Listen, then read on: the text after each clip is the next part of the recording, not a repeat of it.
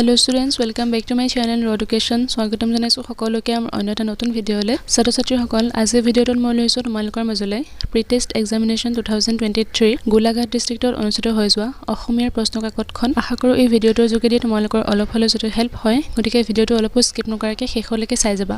আৰু যদি কোনোবা ষ্টুডেণ্টে মোৰ চেনেলটো আজি প্ৰথমবাৰৰ বাবে ভিজিট কৰিছা, তেতিয়াহ'লে লাইক, শ্বেয়াৰ এণ্ড ছাবস্ক্ৰাইব কৰি নাপাহৰিবা আৰু কাষতে থকা বেল আইকনটো হিট কৰি দিবা যাতে আহিবলগীয়া নতুন ভিডিঅ'সমূহৰ নটিফিকেশ্যন তোমালোকে অতি সহজতে আৰু সোনকালে পাই যোৱা।